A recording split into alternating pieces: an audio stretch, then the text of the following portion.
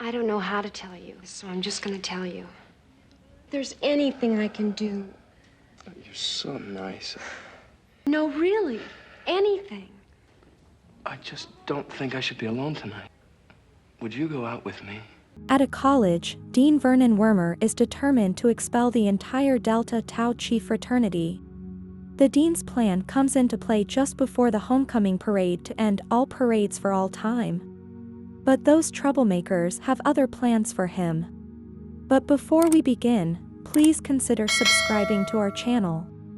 In 1962, college freshmen Lawrence, Larry, and Kent seek to join a fraternity at Faber College. They visit the prestigious Omega Theta Pi House's invitational party, but are not welcomed there. They then try next door at Delta Tau Chi House, the campus' most raucous and undisciplined fraternity, where Kent's brother was once a member, making Kent a legacy. There they find the slovenly John Blutarsky urinating outside the fraternity house and a wild party already underway inside.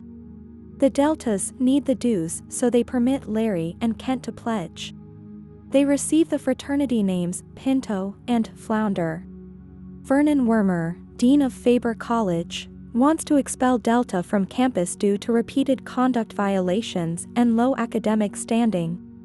Since they are already on probation, he puts the Deltas on something he calls double secret probation and orders the clean-cut, smug Omega president Greg Marmalard to find a way to get rid of the Deltas permanently.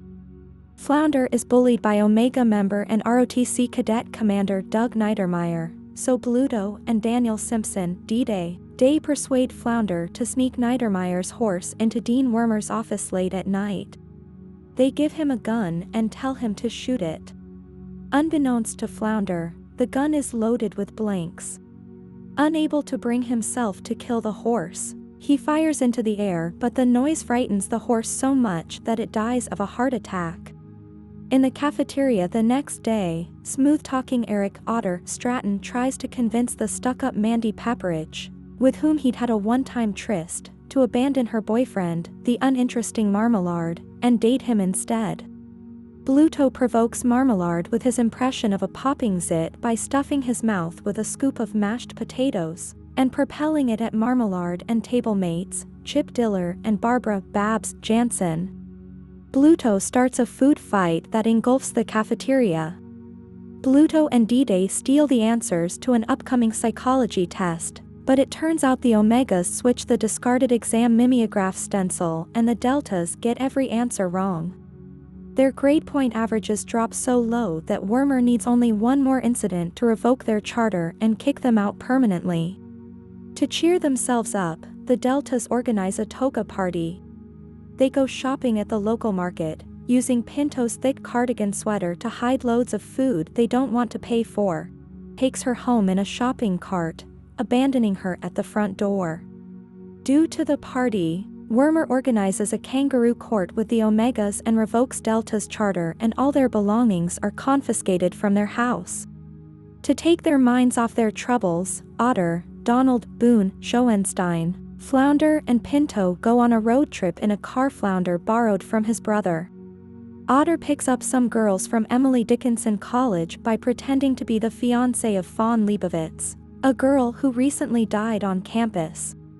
They stop at a roadhouse because Otis Day and the Knights are performing there, not realizing that it caters to an exclusively black client, so he and other Omegas lure him to a motel and beat him up. The Delta's midterm grades are so poor that an ecstatic Wormer expels them all. He even notifies their draft boards of their eligibility. In the process, before Bluto attempts to speak to the dean, Wormer orders Flounder to speak, saying, "Well?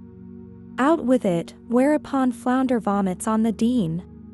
It seems time for the Deltas to give up, but Bluto, supported by the injured Otter, rouses them with an impassioned, historically inaccurate speech, and they decide to take revenge on Wormer and the Omegas. Stork shoves the drum major out from his position at the head of the marching band and leads them down a one-way alley, trapping them. Hoover attaches one end of a chain to a telephone pole and the back of one of the floats, tearing it apart. Several other Deltas use a makeshift mortar to launch flares onto the street. When Niedermeyer and his ROTC unit chase after the Deltas, Flounder tosses a large jar of marbles in their path, spilling them all to the pavement. Flounder produces a large soda sprayer for Niedermeyer, but he's forced to retreat when Niedermeyer loads his marching rifle, with a live round, shooting out the soda bottle. Chip Diller, who gradually becomes hysterical, tries to calm the fleeing crowd and is trampled. To top it all off, the Deltas have converted Flounder's brother's Lincoln into a parade float with the words "Eat me" sculpted on the sides. They cut the flowered portion away to reveal the work they did to make the car demonic, the Deathmobile, complete with a turret and train whistle, and ram it into the spectators' bleachers, upsetting the dean, his wife, the mayor, and their guests. Hoover approaches the dean and asks for one more chance. Finally, the futures of many of the main characters are revealed. The last shot of the film is of Bluto driving away in a white convertible with his soon-to-be wife, Mandy Pepperidge. I hope you enjoyed the video. Let us know in the comment section below which movie you want us to recap next. As always, until the next time.